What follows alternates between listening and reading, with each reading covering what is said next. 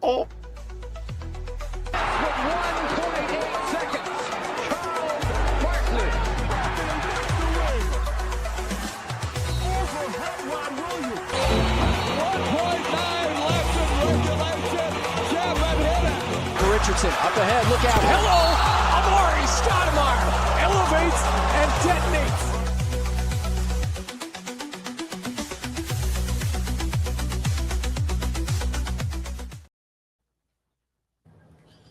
Welcome back, ladies and gentlemen. We are live, and we've got all these great new, candy and spooky stuff to help celebrate that the Suns went 1-3 on the week. A little bit worse than our projection. I think I was predicting 3-1. Bruce, I think what'd you have? 2-2. 2, yeah. Yeah. And Kevin, welcome back, Kevin. Let's just start with the thriller from Manila. Kevin, we haven't seen you in months. People are getting worried. But I'm excited to just be back from a long basketball hiatus. It's been a crazy. We got a new team. Did you hear this? Kevin Durant and Bradley Beal aren't here anymore. Well, I don't know. I don't know what to say, but it's been pretty overwhelming in the past the off season. Obviously, we started our off season really early, so it feels like a year ago when those things happened. It does feel like a long time ago. We talked a little bit about it, on the last couple of pods. But we've got a new alignment. We've got some new styles, I guess, with the Jordan Ott experience. We came out 1-0 undefeated before dropping several games, and we knew, most of us knew, I think, that it was going to be a process, but maybe a little bit bumpier than people were thinking about. I mean, and we've been dealing with injuries. Still no Jalen Green. Haven't seen him since the very beginning of the preseason. And Dylan Brooks is still not feeling 100%. So he has not been playing. But Bruce, tell me what stood out to you this week? I mean, and are you ready for the Jalen Green experience to show up? It's tough to win when you're missing two starters. I'll just throw that out there real fast. Yeah, and I'm very impressed by the Suns getting that victory yesterday with having both of those guys out, having no Jalen Green, having no Dylan Brooks, because we've seen, unfortunately, for the Suns this season that they've struggled on the offensive end, and I feel like for Devin Booker, he's gotten into some opportunities like we talked about last week where he's getting doubled, he's getting trapped, he's getting forced into these bad situations on the offensive end, which he's still been able to overcome and still dominate offensively for the Suns, even if his shooting percentages haven't been the greatest so far this year. But having a guy like Jalen Green, I think, just adds that additive, just another playmaker, attacker who's downhill, someone that's going to draw that defensive pressure away from Devin Booker to make it a little bit easier for him and just make his overall game look a lot better. So I do think that missing Jalen Green right now, because of his ability to be a secondary ball handler and just someone as an offensive threat, is definitely missing. And even Dylan Brooks as well, even if for the Suns he's their third option or was their second option for a little while on offense to start the season, where he's more of a fourth or fifth option, they still need his offense as well within this Suns team to hit some threes sporadically if Royce O'Neal or Grayson Allen is cold. And I do think that they do lack, but I did like the aggressiveness and the hustle from this week. They did not give up at all in these contests, even versus the Grizzlies, fighting late versus the Jazz. They were playing scrappy. Real quick, mic check. Kev, is Bruce coming through fine to you, or was that choppy on your end as well at the end? Choppy all the way through, Bruce. All the way through. All right. Fix that mic up a little bit there, Bruce. We got most of what you were getting at, but then it started getting a little cut off there towards the end. One thing I wanted to notice, because one thing I wanted to point out, because I have noticed it early on, is that Devin Booker, we were kind of like, why are you not shooting the ball more? And Dylan Brooks was leading the team in shots, which was uncomfortable to see, and especially because he hasn't been shooting his usual his Houston Rockets self. Dylan Brooks is not. And then we are also seeing an increase in turnovers. Devin Booker has been getting double teamed, and we saw it a lot last night. There was one moment where he just tried to rip through a double team. They called a jump ball on it. And I feel like every other big star would have been like, hey, that was foul, and you got to call it when they're trying to like rake him over the arms and eyes and stuff like that. But interestingly enough, Devin Booker is scoring 30.3 points per game. Real quick, Kevin, if today the season ended, has Devin Booker ever averaged more points? Sorry, my mic was not turning on, but yeah, why not? He is not I averaging. mean, this should be the year, right? Well, This should sorry. be the Yeah, so year. let me clarify that. Yeah, he has never averaged more than he's currently averaging. He's averaging 30.3 points per game. The next closest was the 2022-2023 season where he averaged 27.8. And coming right back to you, Bruce, he's currently averaging 4 turnovers a game. If the season were to end today, would that be his highest ever? No. That's right. Correct. 4.1 in the 2018-2019 season. So I guess, I'm willing to accept the increase in turnovers at the moment. Last year, 2.9. The year before that, 2.6 in terms of turnovers. But we also had Bradley Beal and Kevin Durant. So, I mean, it was a little bit easier that Devin Booker did not have to do everything. This year, he's averaging over 36 minutes a game in 6 games. And he's really responsible for the must-make shots, the get the engine going, to start the offense. Basically, it will end and start with him until Jalen Green and Dillon Brooks come back. The other guys can be supplemental, but really, we don't have a lot of microwave scorers. Grayson Allen and a couple of these guys can heat up from 3, but creating their own shot is a little bit more challenging for these guys. So I'm okay with it, but I don't know, Kevin, what do you think so far of the Devin Booker 6 games in? And also, happy birthday, Devin Booker, October 30th. You are now an old man at 29 years old. 29 years old and 11th season. How crazy is that, right? And just going back, you said 2.9 turnovers per game last year? That was last year. Yep. This year is at 4. It felt like so many. Well, see, that's what I mean. Like, without having Kevin Durant and Bradley Beal, I'm sorry, but Kevin Durant used to make me just like so angry because in terms of he would try and drive into the teeth of the defense, and he's just so tall and long-armed that people would swipe it at the ball, and a lot of times they'd punch it out every game. And I was like, why does he have so many turnovers? Why does he feel like he's got to try and create so much? Without him on the team, we've seen an increase in Booker usage, so an increase in turnovers. But it's, when you consider these being double-teamed all the time, Bruce, I mean, are you accepting this so far?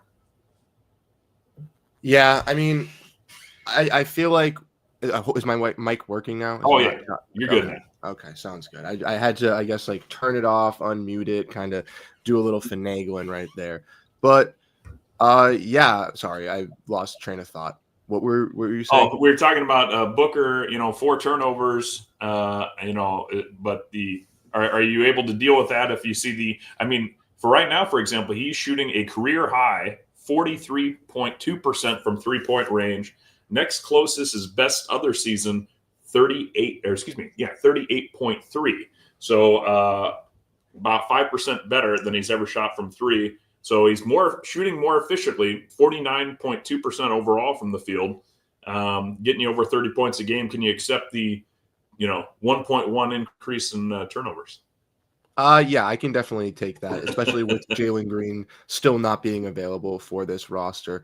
Like I said, I know that not many people think Jalen Green is going to be this great all offensive talent, but I think just having that kind of player alongside Devin Booker and just having another person that's known for being an offensive player on this Suns team just takes away so much pressure from Devin Booker. You look at some of these teams across the league, I feel like the Suns don't really have that secondary co-star, and they're the only team across the NBA that doesn't have that secondary co-star for their star to play off of. And unfortunately, unless they're like a young rebuilding team trying to find that star, that's not a recipe for success for the Suns on the offensive end. So I think the turnovers will be okay. I think they'll drop down as we go throughout the season, because I think once Jalen Green comes in, and still we get to see Colin Gillespie being a fantastic player this year. I think if he gets some more increased time and gets some more comfortability with this roster, and who knows, maybe a guy like Kobe Bryant pans out or something like that, we could see those turnovers go down for Book. Well, and that actually brings me to my first question from the chat. Michael P. had jumped in. He's not joining us today live, but he wanted to know, for the love of all Suns, please tell me why the Suns are not playing the rookies. Malawach has not been getting much playing time. Neither has Fleming. Neither Kobe Brea. I think we've seen him in street clothes only. Kevin, what do you think? I mean, should we be seeing them? Should we be testing the waters a little bit more heavily with these guys right now? I mean, I think it's just a heavy rotation at that center spot. You have Nick Richards, Mark Williams, and Oso in there that coach should find, suitable playing time for Model Watch there. But for sure, I'd love to watch Model Watch in the extended minutes, not just when the games are basically over. And for Kobe Brea, of course, I think it's just management in terms of he's in the two-way, right? So he has like limited games under his belt that he can play. So, but I'm pretty sure we're going to see those guys. Yeah, I would hope so. Bruce, what do you think? Are you itching to get more run from those rookies? No, and we talked about this in the group chat kind of a little bit, but I just don't think there's a need to rush these guys, especially when the Suns don't need to rush them, right? A guy like Malawach, I think, learned how to play basketball, 5 years ago at this point, translating from soccer. So let's not just force that kid into a situation where he's going to have to play 25 minutes a night and be this rim protector and go up against guys like Jokic and Zubac early in the season and lose his confidence and hurt himself mentally while being on the court. I don't think that's what the Suns should be doing. I know people were saying throw Rasheer Fleming out there. He's going to lock up Lauri Markkanen, not let him get 51 points. That's not the case. Rasheer Fleming was a first-round talent from St. Joe's due to the fact of his length and athleticism, and he fell into the second round, and he shouldn't have fallen into the second round, but he's a late first round, early second round pick. He's not a lottery pick that has this upside talent like a Carter Bryant from Arizona with the length. He is a raw prospect. And the one thing I think that some of these Suns fans aren't really understanding is guys like Rasheer Fleming and Malawach are those raw prospects. They need that time to grow. They need that time to develop. And throwing them out there, I don't care if we're losing these games to ultimately just get beat and to look even worse out there on the court. I don't think that's great for us Suns fans, because then they're going to be like, man, why did we even select this guy? He's just not even playing that well. And then there's those conversations. Bring back Oso Ighodaro. I don't want to deal with apparently that. Turned harshly on. They're like, I can't stand that guy.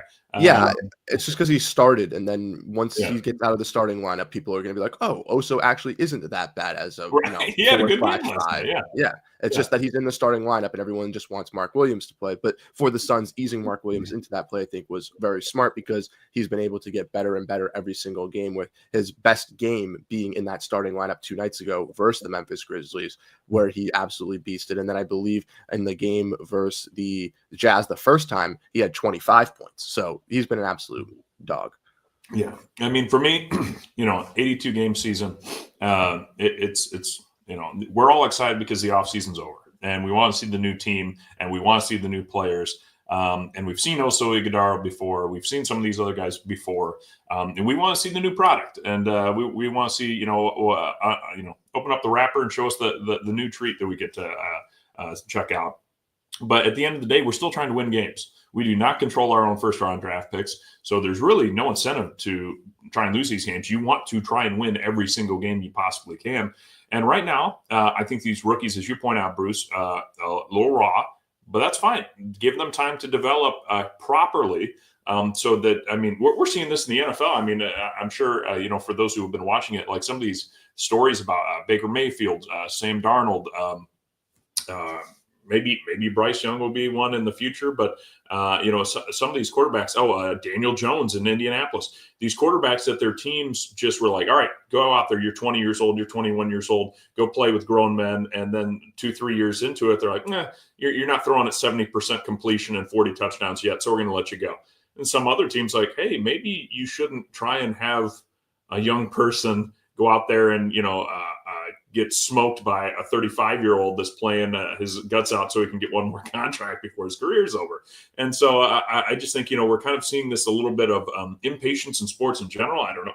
I'm gonna go real wild with this and say maybe sports gambling has something to do with it, because we're just interested to see, okay, what's next? Can I game the system or find out a way to make some money, or it's all kind of that next dopamine hit, like the TikTok, what's the next video? And as of right now, let the guys just simmer, let them practice hard, let them develop and build that skill set. Every time we see these rookies come in, with the exception of a few guys like a Wemby, I feel like they're sitting there saying, hey, you know what? Game's a lot faster than I thought. And, I'm used to going up against 18, 19, 20-year-olds. This guy's 30 and he outweighs me by 40 pounds. That's tough. And it's a good way to be like, wait a minute, why was I drafted number 10 overall and I'm getting smoked by this guy out here? I'm with you, Bruce. I think in terms of confidence building, just let them hang back, plug them in where you can. It's going to be a long season. Mark Williams does not have a strong history of staying healthy. And some of these guys, they're going to get banged up. They're going to get dinged up, and we're going to need these rookies at some point. And that's when we hope that they're ready. 20 games in, 30 games in, we're going to say, hey, you know what, Rasheer Fleming, go show us what some of the things you've been learning and working on in practice. So I'm excited kind of at the start of this. And I'll also just mention there's some, as expected, there's always some changes in the league. But right now, Chicago Bulls are undefeated. To give you some like, hey, what's going on here? The Indiana Pacers, last year's team that went all the way to the finals and lost in Game 7, are winless. Now, granted, a lot of people know that they've got some injuries going on, but Orlando Magic 2-4. So there's a lot of teams that are still trying to figure things out. So I'm going to be a lot more patient with this team than I was with the Kevin Durant, Bradley Beal, Devin Booker experience, where you expect tremendous talent to just find a way to win. This is, for me, going to be a little bit more of, okay, we have very good pieces, but they're going to need to figure out a way to play together, and we still haven't even gotten them all together. Jalen Green, I think, is going to take a lot of that pressure off of Booker, and then when Brooks is back as well, both of those guys will have some options, and Dylan Brooks is never going to find himself so open before. So, so that's where I'm at. I think we'll see the rookies. We don't need to see them right now. We're not trying to do a Washington Wizards and become just like somebody else's developmental team right now. So, I totally agree with you. It's just that with everything that happened over the last couple of years, I tried to temper my expectations, even though it's early in the season. Yes. And that's the thing. I did not temper my expectations. I kept telling myself that Bradley Beal, Devin Booker, and Kevin Durant are so good, they just have to find a way. And it never happened. And so now I can't hold these guys to the same accountability level as, well, you're all pros, right? You all have to be as good as Kevin Durant. So I'm okay with it. I can accept that we've taken a half step, maybe a full step and a half back talent-wise. But, you know what? I don't think a lot of people expected Cam Johnson, Mikal Bridges, Jay Crowder, Devin Booker, and old man Chris Paul, DeAndre Ayton, to get us all the way to the NBA Finals. So we've seen these cultural change-ups before lead to some success. So, I'm not expecting us to go out and just go win 15, 20 games. But I am saying that it's surprising to me to say we've won 2 games, and I'm feeling okay about it so far. That's what I want, more wins, but I'm okay with it. Let's because you don't have Kevin Durant on your team. No, exactly. Yeah. As Kevin Durant said, less expectations means more fun for everybody, basically. More fun. Yeah, that's right. Yeah, you're terrible, Kevin Durant. Let's talk about the Denver Nuggets versus the Phoenix Suns. That was the last Saturday game here in the U.S., where both Bruce and I were not expecting much good. Especially since we knew Jalen Green would not play, and Mark Williams, we got a little nervous, I'll be honest, that he was already being set down, and they said, hey, we're not going to force you through this game. So we were down a couple of bigs out of the gate. Oso Ighodaro got the start against Jokic, and it went about as well as you would expect. We were down 6 at the end of the first quarter, which became, 17 at half, and we ended up losing by 22 overall. there was just not much that was working well in this game. Devin Booker, he was the thing that was working well. 31 points, 9 of 9 from the charity stripe, 7 assists, 9 turnovers, though, to try and get all of that stuff done. Denver, though, just way too much. Jamal Murray, 23 points. He actually led the team. But Joker, 14 points, 14 rebounds, 15 assists. I don't know if you guys know this, but the Joker's a good player, and he makes a lot of his teammates better. So, Bruce, what do you think? What's the takeaway from the Denver game? Just flush it, or was there anything that, hey, we got some Malo Watch. We got some Malo Watch. We'll start there. Yeah, I mean, getting to see some Malo Watch was nice, but I vividly remember us discussing this game last week, and I was just like, no, there's no chance. Yeah. I was like, all right, next game. Yeah, and we were right, and that was even before we knew Mark Williams was even ruled out. Like, so it's just crazy to even know that.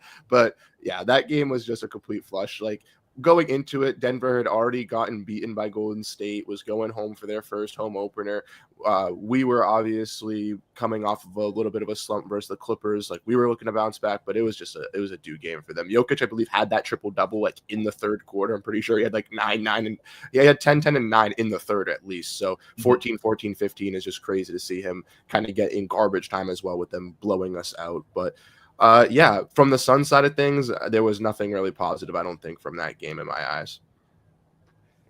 No, I don't think so. And fun fact I found out about the Joker, if the season were to end today, he would have some among the lowest points scored in his career, but he would also set records for the most rebounds and most assists average in his career. So that tells you that Denver really does have more options than they usually have.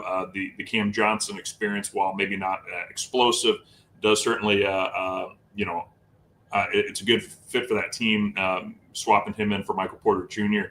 And then they've got some of the other guys back. Jonas Valanciunas, who I always wanted on the Suns. Tim Hardaway Jr., Bruce Brown, Peyton Watson. They've got some good rotational guys that they can bring in off the bench. So Denver is a serious team this year. I don't know if they're going to be able to go all the way. I still would think that you got to give the edge to Oklahoma City, who's undefeated, and it's impressive that there's no hangover for them as champions. But right now, Denver's certainly a threat. I don't know, Kevin, or if you want to talk at all about this game. Hey, Grayson Allen was 5 for 10 from 3-point range, so sniping it. That's one thing. At least there's one thing, right? But no. I mean, the Joker didn't even have to score a bunch, but he did dish out a lot of assists on this one. I did feel a little bit bad for Oso, because not just that Mark Williams wasn't playing, but Oso played over 23 minutes, finished with 4 points on 2 of 6 shooting, 1 rebound, 1 assist. His job was just hang on to the giant that's going to just wreck you and try and slow him down, and he couldn't do that. And it's funny because, Bruce, I want to go back to something that you pointed out with Rasheer Fleming. Like, he was a second-round pick in the end. Some people thought he might get into the first round based on his athleticism. And Oso Ighodaro was, I think, on 0 people's draft boards last year when we took him in the second round. And he turned out to be a solid bench player. He's not more than that overnight, and I don't know if he will ever become more than that. I don't think he's ever going to become a great starter in the league, for example. But I think that's why, again, I kind of pump the brakes a little bit when people are like, oh, so Ighodaro, how trash is this guy? No, he's not trash. He shouldn't be there. That's not fair. Like, he was never – the expectation for him to do this was just never expected. There's some guys that have shown that they can be second-round draft picks and become stars. Joker being one, right? He was a second rounder. So you expect that. But Oso never really flashed like he was going to become the next like stud second round, like diamond in the rough. He just showed that he could have a place in the league. Yeah, Oso is good enough. It's not a place stopping the Joker. Yeah, he's good enough going up against the Drew Eubankses and the Dario Saric's out there. I definitely give him credit on that. But going up against the Jokic, the Zubac, Embiid's pretty cooked now, so I don't necessarily know if I'm going to say Embiid because he's had a little bit of a rough start to the year. But guys like that. I also wanted to mention in this game, the Cam Johnson scored the first points for the Nuggets and got his revenge points versus the Suns in that game. So just the icing on the cake for the Denver Nuggets is off tip-off. They just give it to Cam Johnson, who rips a three, hits it, and then they just take the lead. And it's just like, nice. Yeah, Bruce, you're just saying that about Embiid because you're a Celtics fan. No, I've watched him play this year. I've watched him play. He hasn't been good. I'm kidding. Let me see here. All right, well, let's talk about the next game. The Suns played the Utah Jazz, and the first time earlier this week, and it was a close one, nail biter. And we actually were down 12, and actually I think as much as 20 in the first quarter. It was like, I remember I think I was stuck at Home Depot. And I looked at my phone and it said something like Suns 4 and like Jazz 24, and I'm like, what is happening? What is happening? Like, I got to get home and see, like, did Booker just like break both of his knees? Like, what is happening here? And it started horrifically, but the Suns over time made some runs, and they were able to tie it. It was an impressive finish. I mean, I don't remember the exact numbers, so I'm going to make up some stuff here. But we were down 5 or 6 with 5-10 seconds left, and we. Colin Gillespie knocking down threes. Booker, I think, made a clutch shot. Royce O'Neal was playing pretty clutch. I don't know, Bruce, clean me up here, but it was an impressive finish to force the overtime for sure. I believe it was 7 points in 7 seconds, but don't quote me. Okay, hey, I'll go with it. I'll run it. But yeah, it was crazy to see. I personally thought the game was over. I was just kind of like, all right, this is kind of it. And then I see them coming back. Devin Booker hitting some big shots, Royce doing some big time things, and I'm like, okay, we are back in this game. And even though the Suns did lose this Jazz game, they had a lot of great individual performances and a lot of players that did step up. I believe Colin Gillespie had a career high in assists this game with 13. Mark Williams had 25 points. They were working that nice connection. Devin Booker, like we said, got hot late. The only problem with Devin Booker in some of these early games is that he just hasn't been able to be consistently hot throughout the whole game. It's been kind of in one quarter or one half per se. And in this game, it was the, fourth into overtime coming into the Jazz. But unfortunately versus the Jazz, we went a little bit smaller with Oso Ighodaro still starting. And that wasn't really the benefit for us because they just had Filipowski, Nurkic, Kessler, and Markkanen just towering over us, grabbing rebounds. I believe they allowed 76 rebounds in that game, which is just absolutely insane. And I believe they were out rebounded on the offensive end by at least 10, similar to other contests. So a little bit tough there, but ultimately the comeback I think was nice to see. And to give at least some team to not be dead after that.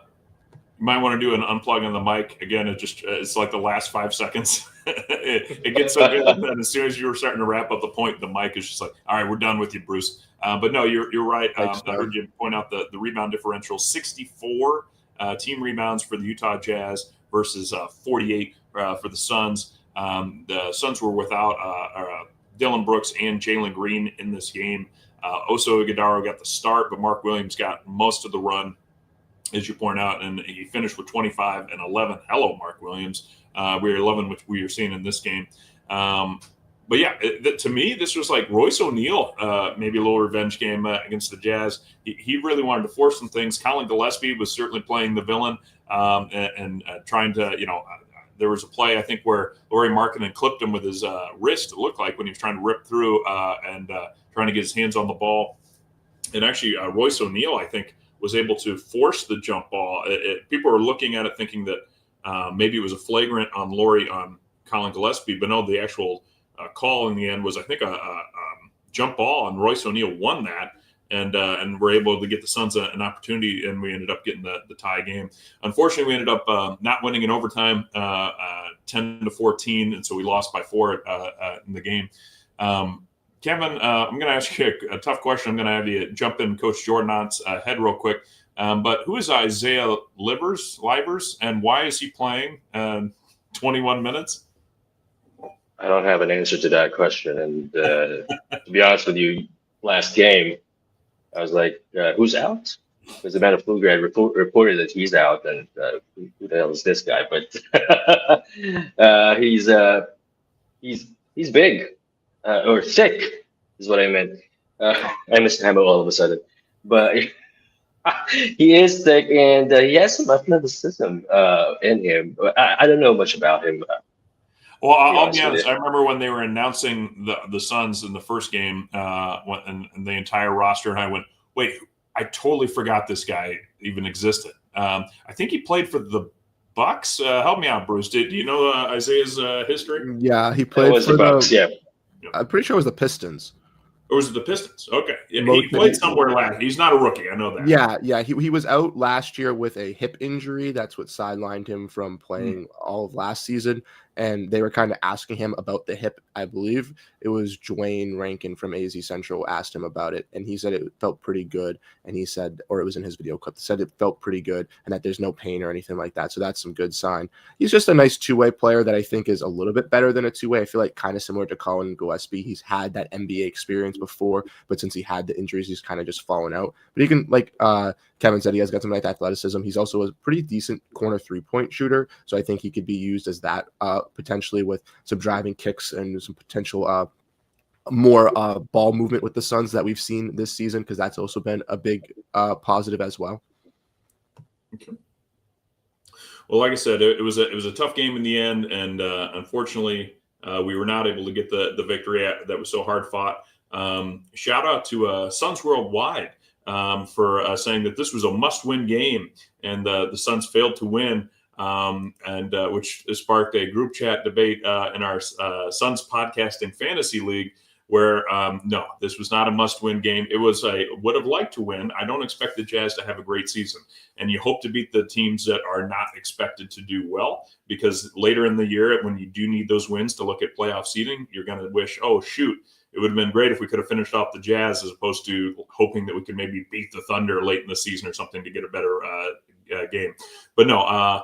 It was not must win, and game fours. What was it? The fourth game of the season, fifth game of the season should not be considered that. Like, I don't care if you got Jordan and the Bulls or what's going on. It should. The Blazers beat the Nuggets last night. Like, these are not must win games. You want to win as many as you can, obviously, but a must win, no. But I don't know. Any debate on that? You guys want to say must win? I think my only take is that must win or not, you cannot start slow. I mean, with the last few games prior to last night, they were down first quarter, like big, right? For me, it's they started 8-1 last year, and we saw how that turned out. So I'm not going to get high or low on NBA. Slow it down. Slow burn. Low and slow. Yeah, all right. It's like we start off 2-3, like you said. The Chicago Bulls are 5-0. I had them as my 14th seed in the Eastern Conference, so like I have no idea what's going on in the NBA. And this stuff happens a lot. I remember a couple years ago. I don't know if you guys remember this, but the Orlando Magic started off hot. They were like 8-0 to start the season. This is when they had like Vucevic, Aaron Gordon, all those players. And then I don't think they were like the 8th seed, or they were like the 9th seed, didn't even make the playoffs, just because they like towards the end of the season just kind of like fell off. And like that's what just happens with some certain teams. So like I don't necessarily think like a 2-3 record, and I've said this about the Suns, and I know you guys both agree. It's not looking about the record this year; it's looking about how they play on the court. And so far, we've already seen them play a lot better, even if they have lost a lot of quarters by playing bad defensively. They've won a lot of quarters with our heart and their hustle on the court, which I think, as Suns fans who've been wanting to see that for so long, is a valuable plus. And adding to that point, sorry. No, go ahead. Adding to that point, you remember the championship run year. Suns started like 7-7. Yeah, with Chris Paul, right? I mean, this is I don't know. Maybe it's just a little bit. This is NBA basketball now at its finest. In terms of the preseason doesn't. We always knew it didn't count, but a lot of stuff is not determined in training camp and in the preseason. I mean, the fact that Isaiah, is it Livers? I believe it's Livers. Yeah. Okay, Livers. Okay. He had 21 minutes in that Jazz game for a player that, again, I forgot was even on the team. He got a lot of run in that one. Nigel Hayes-Davis got 3 minutes, for example, and we were hoping that he was going to be like the next PJ Tucker. If the season were to end today, the Chicago Bulls would be the number 1 seed in the Eastern Conference. I don't think anyone is expecting them to hold that. And the Philadelphia 76ers, without Paul George even playing yet, would be the second seed. So guess who missed the game-winning shot last night? What's that? Guess who missed the game-winning shot last night? Who's that? I'm pretty sure Embiid. Oh, well, God, yeah. I haven't seen much of the Sixers play yet, but what I have seen is that Joel Embiid looks like his knees need to fall off. I'm worried about trying to he reminds me of the old centers. I know we always joke about Patrick Ewing being the greatest center of all time. Should have been the Suns head coach. Totally agree with you on that, Bruce. But watching those old 90s centers, when they got toward the end of their career, Olajuwon, Ewing, and they had those big knee braces and stuff, that's what Embiid, man, it's not, he's hanging in there efficiency wise, but he's certainly not what he used to be. And also just going down here on the list, the Boston Celtics would be the sixth seed right now. They would avoid the play-in game. So Boston Celtics on their way to another finals for sure. And then what other surprises do we have? Oh, the Thunder, of course, would lead the West, but the second seed would be the San Antonio Spurs, who are undefeated at 5-0. A little bit of a surprise there. Wemby has been, shall we say, NBA 2K certified. Yeah. I mean, he's Right. a player. Build a player. Yeah, exactly. It's frightening what that man can do. But here's a fun fact: the Utah Jazz right now would be the 10th seed. They'd be playing in the play-in tournament at 2-3. So that's what I mean. Hang in there, Suns fans. It's going to get weird. We just got through October, and I like as Jose said, no such thing as a must-win in October. So I got to agree with him on that one. It's the Denver Nuggets, for example, after we just talked about how impressive they've looked, would be just the low-end 6th seed right now. So it's been an interesting start. Guys, I'll give you a second to catch your breath, and we'll just remind folks that we don't have any sponsors. What's the name of that nightclub of yours again? You talking about the Boom Boom Room? Yeah, the Boom Boom Room. That's it. Yeah.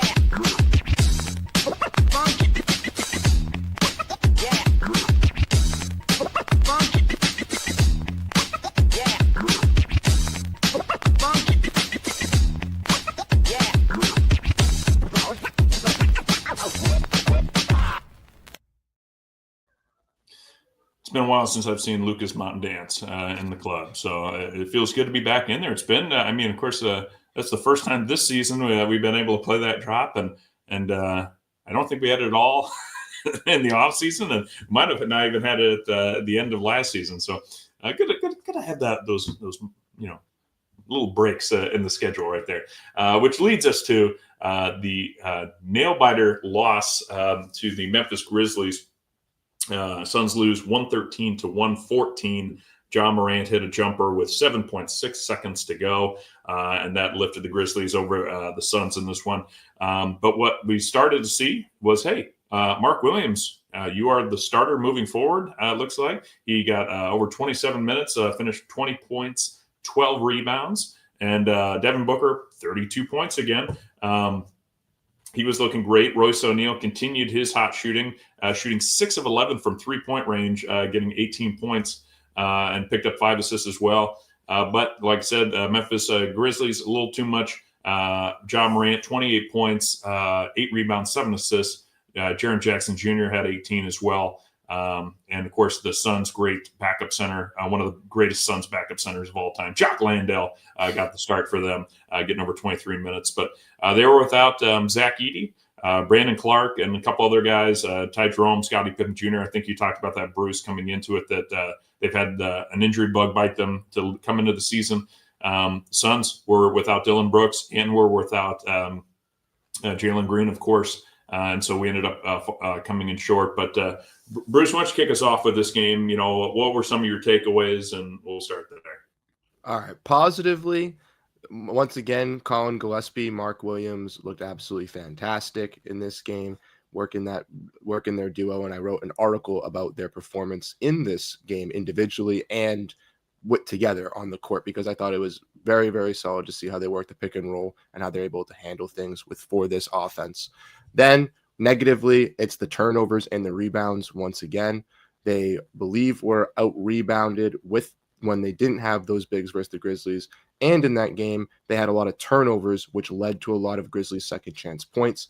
I believe the Suns had one less turnover than the Memphis Grizzlies. I think it was the turnover ratio was 19-18, but the Grizzlies had 37 points compared to the Suns 18 points off of turnovers. So stuff like that needs to change. I've been doing some more diving into like rebounding stats and like turnover stats and stuff like that. It's a little too early to tell in the season compared to last year how they kind of look.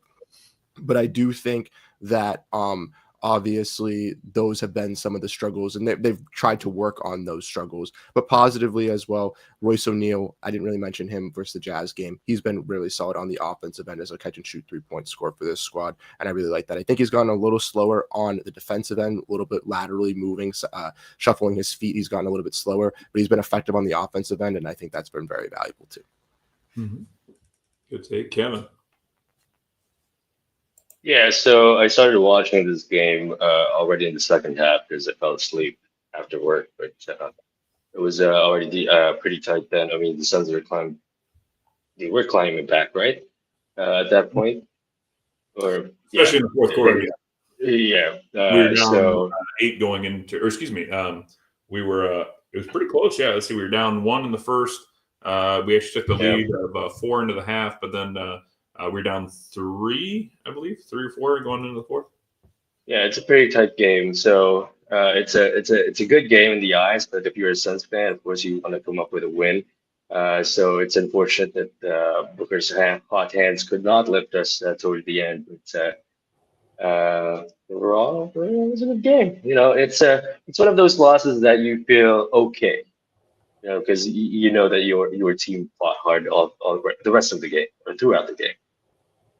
Yeah, and just to echo what Bruce said, though, too, the Mark Williams experience, I'm here for it. And Colin Gillespie has turned into a really interesting bench guard and played over 30 minutes in this game. You know, we're getting solid play, I think, out of Grayson Allen and Royce O'Neal. You know, again, this might be just continuing to say this for a while, but until we get Jalen Green and Dylan Brooks back, it'll be interesting to see what this team can do when they come back, because I feel like we have quality pieces that can support them coming off the bench, you know, with Colin, Royce, and Grayson at some point. What was interesting to me, I don't know, I guess, the exact whole story. I just started seeing it over the last couple of days. Is John Morant going crazy again in Memphis? Like in interviews, he's telling people that maybe he thinks it would have been better if the coaches didn't play him. I don't know if you guys saw any of this, but I saw that this morning. I just saw him say Coke butter cheese and to the reporter, which is like an inside joke that me and my friends have from like Roblox and 2K and stuff like that. And I thought that was hilarious, but I did not see anything Coke about him. Butter cheese? Is that like a 6'7" thing? Just a different it's like I'm wide open from the 3-point. I agree at Coke butter cheese. And then Josh said it and dapped up like Cedric Coward, and they were like laughing. So I'm sure like it was some like stupid meme that they were like goofing about, but it was just funny to see that they were just like having fun. Unfortunately, didn't do that versus the Suns, though, which would have been nice to see if he had a little funny moment, even if the Suns lost, because then I would put a smile on my face. Yeah. It's interesting that Dylan Brooks used to play on the Grizzlies with John Morant, and because I feel like some people think that Dylan Brooks can be a bit of a head case, but I feel like John Morant really leads the head case like stuff. I mean, again, obviously going back to his history of like pulling out guns on people and whatnot. Whereas Dylan Brooks is more like, I'm a head case because I'm going to try and frustrate you on the court. Like I'd much rather have that kind of like intensity and whatnot. So, man, I tell you what, it'd be tough to rally around to John Morant. I feel like sometimes like that's I like. Come on, you don't want to trade Jalen Green, Royce O'Neal for John Morant like everybody else on Twitter. Come on. Oh my gosh. Well, you know, it'd be fun then. Then we can talk about what Arizona media is saying about Devin Booker's body language, and everyone's becoming a body language doctor again. And then we could take a look at John Morant's body language every time after a game. So that would be a fun one to see. Like, oh, how did he do? He went like that. Oh no! What does it mean? Does it mean he wants out of the valley, or that he's going to get violent? I was just gonna ask, what's the gun policy in the state of Arizona? Right. it reminds me a little bit of, I don't know if you guys remember Brandon Cooks. He's back with the Saints now. Yeah. I don't know if this is a second time I brought up a Brandon Cooks story, but he used to, every time he'd catch, a touchdown pass, he would pretend that he was pulling like an arrow out and shooting an arrow into the crowd. And they would ask him, they were like, what is that? And he's like, oh, it's like a Bible reference on, the arrow of God or something like that. And I might be butchering that, so I apologize. But they told him that was too violent to shoot an arrow as like a touchdown celebration. So now I think he just like notches an arrow. He pretends to like do that, and then he just like throws his arms down. I'm like, okay, but in the NBA, we got guys doing like pistoliers and stuff like that. And we got all this kinds of different stuff. So I prefer the NBA lets them have a little bit more fun than the NBA. Jamal Murray's celly is an arrow too, right? Yeah. Yeah. See? And Ja did the cooking NBA grenade sports, one time too. Yeah, a little bit more fun. Well, let's focus in on the last game to cover, which was last night's game, where the Suns went up big. I don't know what happened. All of a sudden, they must have heard Kevin and said, hey, Kevin says we got to start fast early on. Suns jumped out to a big lead to end the first quarter, 37-17. And this time again, we're looking at a full-strength Utah Jazz club, but we were down Dillon Brooks and Jalen Green.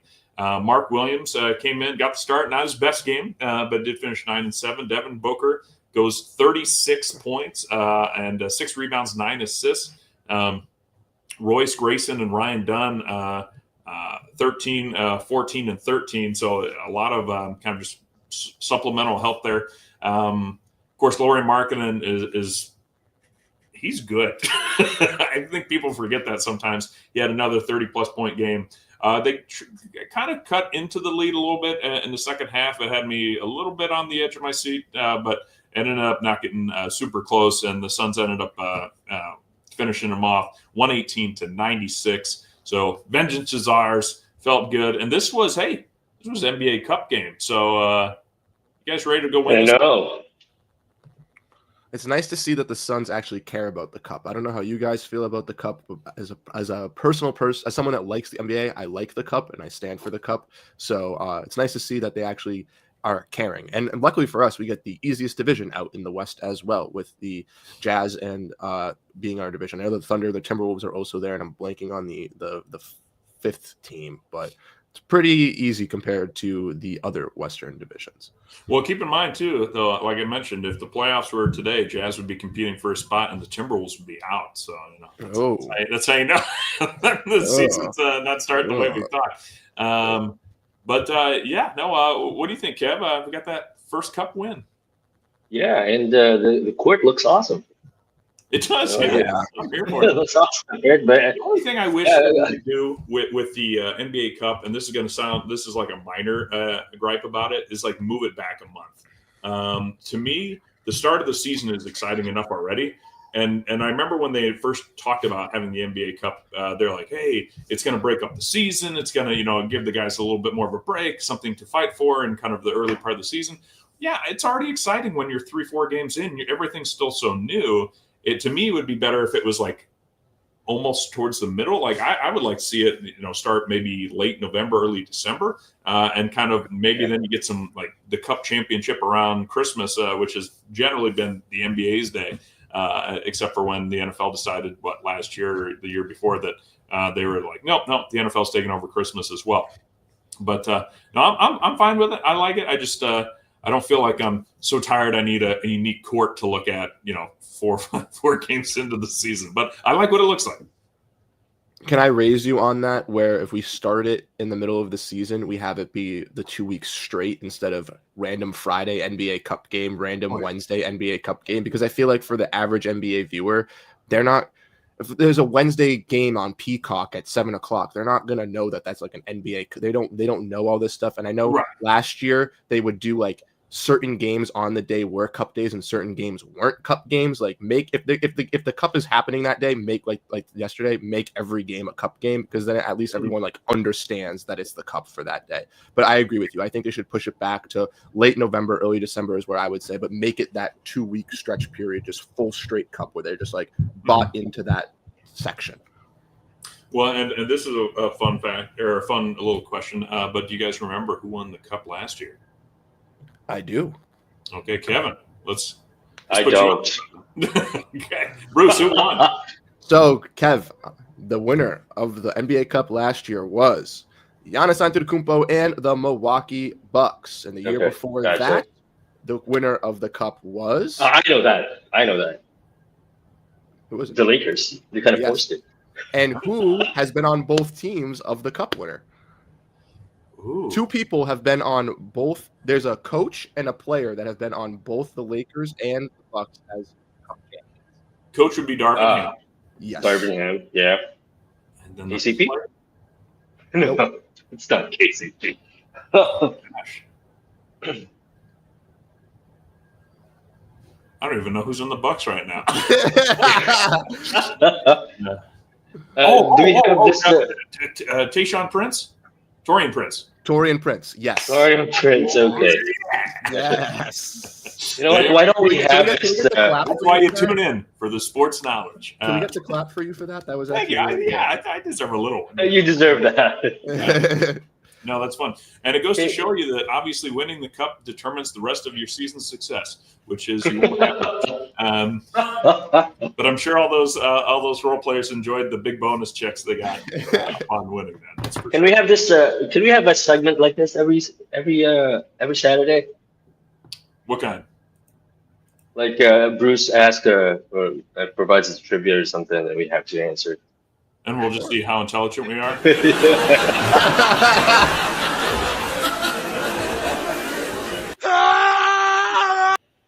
We'll think about it. I feel like I really feel generally I'm watching Friends. Or Their line tag is pretty good. Well, like I said, I love the vibe from the team last night, and that's what I mean. Like to me, it felt like it's. If you're going to tell me the Suns were 2-4 to start the season last year, I would have been really disappointed. The way I've seen them play, even games where we've been getting blown out, I'm just like, well, okay. But I think we talked about this last week, Bruce. I can see adjustments that can be made. Some of it has to do with getting players back. Some of it has to do with rotational changes or just guys showing some effort. Or no, I won't even say that. It hasn't been an effort thing. That's what felt so frustrating last year and the year before. Yeah. Was dive for the ball, show that you care, try and win the game. It's not all about hooping. Katie just wants to talk ball. Bradley Beal's just happy to be here. We're going to win the championship every year. This feels a little bit more like, hey, I might be in the wrong position on the court, but I'll run 100 miles an hour to try and get back. And I can live with that all the time, especially early on in the season when it's like, okay, so these guys have to learn to play together. So, yep, excited to get that. And, of course, I totally forgot. You got to run up the score in the cup games, right? You got to get that point differential. So that kind of makes these games a little exciting is that just when you think, oh, okay, try and kill the clock a little bit here. No, punish the other team for not trying to win. I'm going to look because I want to see when the Suns play the Wolves for the cup game because I know that they're without Ant for the start for 2 weeks. November 21st. He'll probably be back by then. Okay. That's tough. Oh, and I will mention this. Yusuf Nurkic did not get another revenge game against the Suns in this one as he finished with 7 points, 6 rebounds, 5 turnovers. We appreciate you, Nurk. And actually, did you see what somebody asked him, Nurk, about like the Suns and what didn't work out? And you had all this talent. And he said something along the lines of he actually really liked Matt Ishbia and liked how he cares about the players. Who he didn't like was Bartlestein. Yeah, it was Josh. Bartlestein, and he just and obviously probably coach, right? Because we don't have a relationship, that guy. Yeah, so that was crazy. And there's our Bud reference for the day. But okay, real quick, let's discuss Player of the Week. Suzanne! Good to hear Al there with the Shazam Player of the Week. And Kev, would you like to kick us off? Yeah, I'll go with Mark Williams in this one. I don't have the stats with me, but just the eye test, or yeah, eye test. A pretty good player. Definitely a starter. If he can just maintain his health, the Suns can go to places. Yeah, I'll read you off the numbers real quick. So he didn't play in that Nuggets game, but he did play in the other three. In Utah, he finished 9 of 14 shooting, 64%. He was 7 of 9 from the line. The guy's pretty good from the charity stripe, Yeah, which is impressive to see for a big. 11 rebounds and a couple of steals. And then the game against Memphis, he was 9 of 12 for 75%, 2 of 2 from the line, 12 rebounds, an assist, 4 steals, and a block. And then last night it wasn't his biggest stat stuffer game, but he did finish with shooting 3 of 6, so 50%. He was 3 of 4 from the line, and 7 rebounds and a couple blocks. So yeah, I've been loving the Mark Williams experience so far. Yeah. Bruce, what about you? exactly. For me, it's either between him or Colin Gillespie. I'll go with Colin Gillespie to add some variety to the podcast because I think both of them have been those two engines that have been pushing forward this Suns team on both sides of the floor and being very effective. Like I mentioned earlier, he got his highest career assist game this past week with getting 13 versus the Utah Jazz, and is just working his connections not only in the pick and roll with the big men. I believe I forget the statistic. I tweeted it out, but there's some stat with his passes to the big men. It's something ridiculous, but he's also been able to give the extra pass out on the perimeter, which I think is very valuable for the Suns as well, especially with them getting kind of trapped in some of these instances, just getting that quick extra pass to give that opportunity to get another 3-point shot. And seeming that they have been falling for guys like Royce Grayson and Booker, it's been very effective for the Suns. So I think he's been bringing out that tempo. And for him and Mark Williams this year, they're both on these kind of prove-it-all contracts. Colin Gillespie still on a veteran minimum, I believe, took that contract after coming up from a two-way, and Mark Williams being a restricted free agent next season. So they both have to play to their best ability. They've both been showcasing that, and I think they've both shown so far at the start that they have ensured a long-term contract here in Phoenix if they want to. Yeah, I'm with you on that. They're showing a lot, and I'd like to see them stick around, especially Mark Williams, who I feel like is the type of Sun that we've been asking them to acquire for quite a while. A guy that can block shots, take up space down low, can play in the post, and unlike somebody named DeAndre Ayton, is not afraid to go up with power and try and draw fouls. And he doesn't do fadeaway jumpers as a 7-footer against smaller guys. He will actually try and do like a power shot in there. And so I like that. He tries to put it away and dunk it sometimes. In fact, I think Booker teased him a little bit, saying, hey, man, that could have been my 10th assist last night. Yeah, you got to finish those shots next time. But that's who my player of the week's going to be. I'm going to give it to Devin Booker. We love him. He probably deserves it more often than we give it to him. But I'm with you guys too that Mark Williams and Colin Gillespie have been very exciting to see. But Devin Booker, going back to the Nuggets game and going forward, 31 points, 34 points, 32 points, and 36 points. The man has been putting the ball in the basket, and you got to love to see that. So, and that was after a little bit of a slow start to the season. So, good to see Devin pick that right back up. I will say this caveat. I mentioned this last week. My stats might not always be correct. I was using Yahoo Sports, and I looked at Yahoo Sports again today to look at the Suns injury report. They do mention Jalen Green and Dylan Brooks are currently out with injuries. They mentioned Isaiah Livers is day-to-day with a hip. I did not know that. And they also mentioned that Chandler Hutchinson, Abdel Nader, and Isaiah Thomas are also day-to-day, and they have not been on the Suns roster for years. So I think some of these sites might need a little bit of an update. So shout out to Yahoo Sports. Get your stuff together. That's what Abdel Nader. Abdel Nader. Yeah. Abdel Nader's a main Celtic legend, too, so that's wild. Yeah. Oh, before you move to close, I guess I had a little bit. Oh yeah. Oh, sorry. Yeah, if you guys don't mind, extending, who do you guys see moving to the bench when my Filipino brother Jalen Green returns? Most likely Royce. Yeah. I think that it will be. I Booker, expect that when Dylan's back, Green. Royce will sit down, and Grayson will sit down when Jalen Green comes back, and then Colin Gillespie's going to have a couple of 3-and-D guys to join him off the bench when they go out there and start run some pick That's and roll a pretty with Mark good. Williams. That's going to be a That's pretty, why I feel pretty like good we second have a unit. solid Yeah. bench unit. One guy that I'm a little bit nervous about, though, Ryan Dunn. We talked a little bit about should we play more of the rookies. Ryan Dunn had a decent game last night, but so far this season in 6 games, he's averaging just over 23 minutes a game, shooting 49%.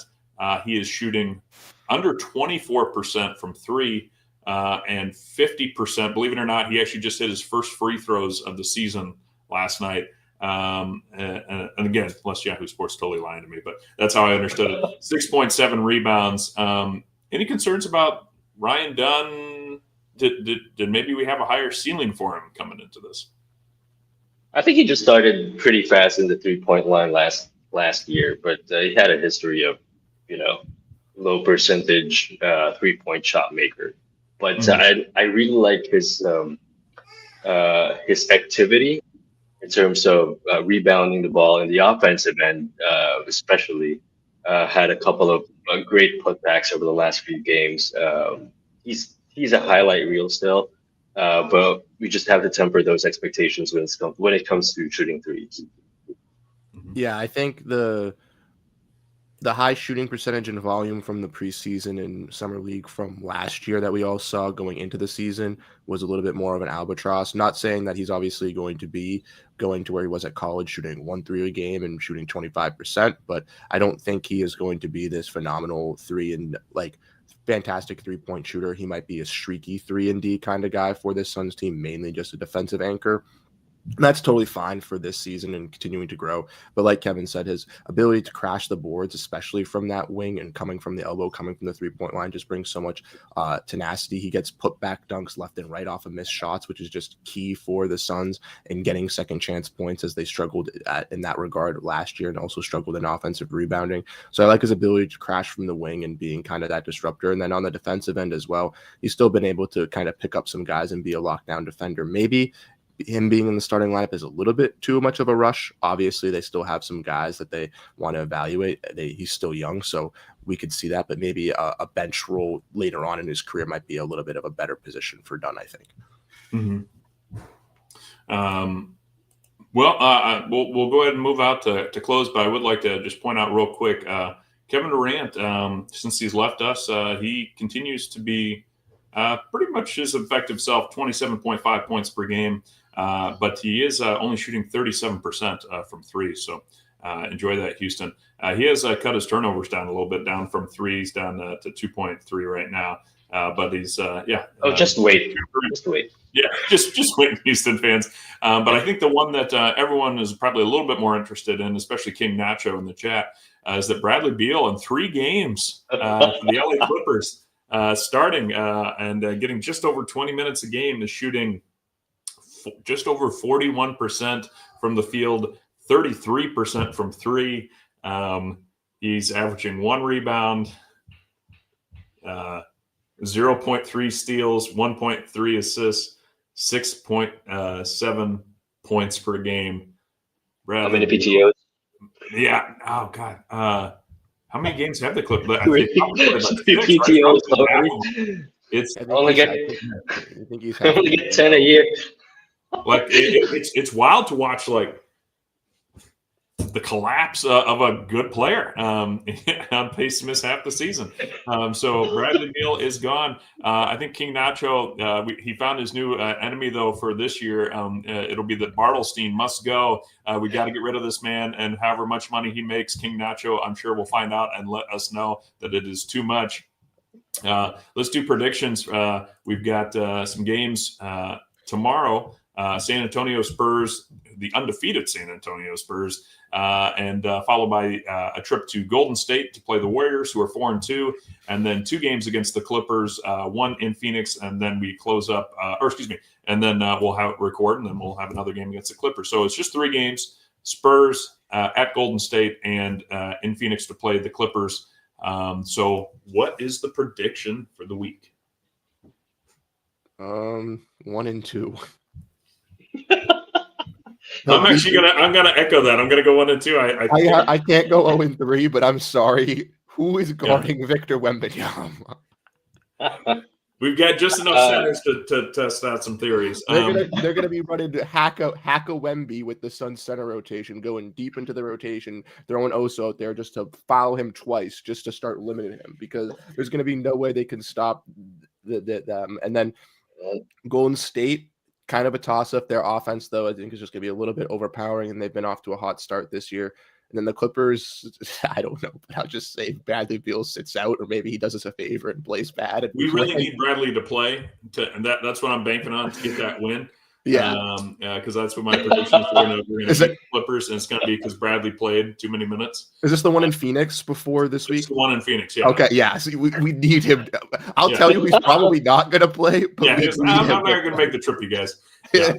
What I want to see tomorrow, though, is I want to see Malawach get some minutes against Wemby and just see these giant men get tangled up in the air and draw fouls on each other because Wemby is a freak of nature. And Malawach, I mean, we've seen he's pretty athletic for a big guy. So I'd like to see him get a little bit of time just to see if he can do anything against him. But right now, nobody's doing anything to Wemby. He is a scary, scary man. But yeah, I got us winning against the Clippers in Phoenix for a 1-2 record. Kevin, what do you think? I'm gonna go 2-1. Ooh. That's tempering expectations. No, I'd say. I'll say. Continue, Sam. Win tomorrow. Hand over. That first loss of the season on the Spurs. Just let Wemby get his and just lock up everybody else. I know it's tough. It's a tough job. Although I appreciate the San Antonio Spurs having a Filipino heritage night because of Dylan Harper. He's part Filipino as well. And then, just win against. I'll say the Clippers as well.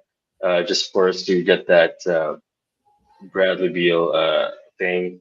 And then just a loss to the Golden State Warriors. So, Bradley Beal does not bring revenge games. He brings generosity when he comes back to visit your old team. So, he had revenge once against the Wizards when he was in Phoenix. That's the highlight that everyone remembers. Like, didn't he go off for like 41 time? Yeah, it was against the Wizards, who are they're still awful. But yeah, I always feel bad for that franchise because they're going through what we did for like 10 years. There's like roll out the next young player and just hope that he figures out how to play the game at a high level. All right, Kevin's gonna lead us next week and explain to us why he was wrong with his 2-1 prediction. Just kidding. No, we're obviously all going for it. Kevin, where can folks find you?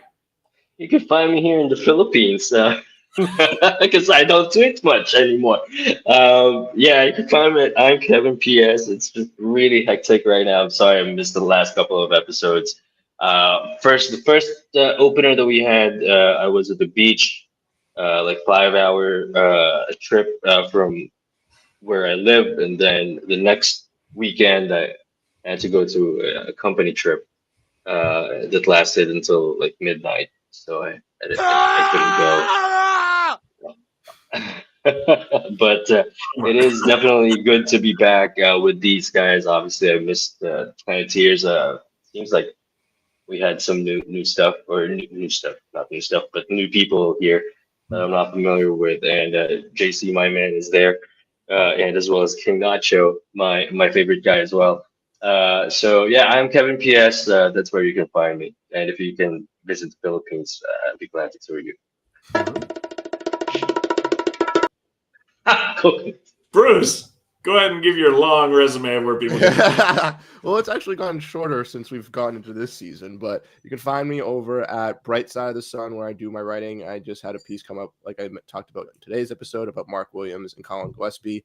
I've had multiple pieces come out through the season, and we'll have more stuff just detailing about the Suns. You can also check me out on YouTube as well at Swish City, where I also upload and talk about the NBA just in general. And then you can follow my Twitter at Bruce Velez for daily Suns updates. Yesterday, I was out for the game, so I did not, unfortunately, watch. I watched the recaps before, but for majority of the games, I do live tweet, put out, clips, put out stats, put out whatever about the Suns. So if you want just some more additional information about the team or stuff that maybe you can't really seem to find, definitely check out the Twitter because there'll definitely be some stuff there for you. Gotcha. And you can follow me at Fallen Founder. And yeah, I believe it or not, I do write on Brightside. I did it once so far to start this season, and that now brings my article total to 2.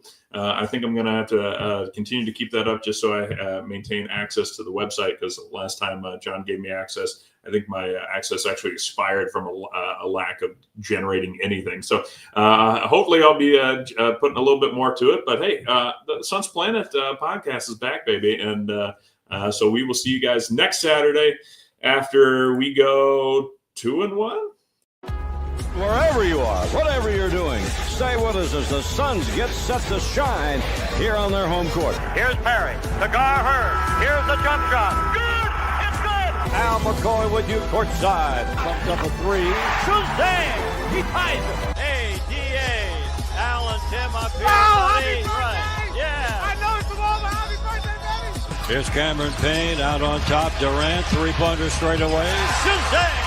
I just want to take this opportunity to thank everyone in this arena this afternoon, to all of those that are watching and listening on radio and TV. Thank you for allowing me to tell the story of the Suns for 51 great years. That pretty much wraps things up here. And for one last time, this is Al McCoy saying thanks for being there. Thanks for being with us tonight. And from the Footprint Center here in downtown Phoenix, we'll just say so long for now.